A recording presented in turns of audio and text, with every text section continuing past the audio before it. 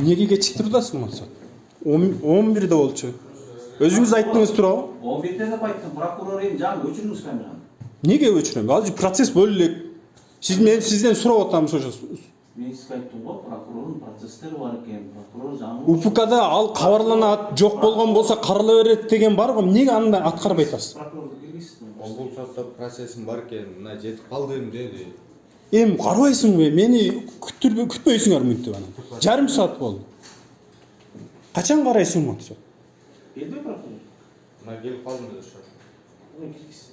Азыр баштайбыз. Прокурор келсе де сразу баштайбыз. Эми казырыңыз кайсы? 1 минутпу, 5 минутпу, жарым саатпы, канча? Канчадан келем деди. Аны күтүп отура беребиз. Эмнеге күтөбүз? Жарым саат болду, урматтуу сот. Сизде бардык кагаздар бар. Сиз мынакей ордер менен келип атасыз го? Ооба.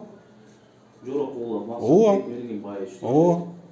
Саат мына азыр баштайбыз. Жок, сиз өзүңүз айттыңыз туурабы? Мен жана 10'da келгенде 11'de дедиңиз. Мына 11'de турам, мен жарым саат турам. Мен эмнеге мынтип кечиктирет?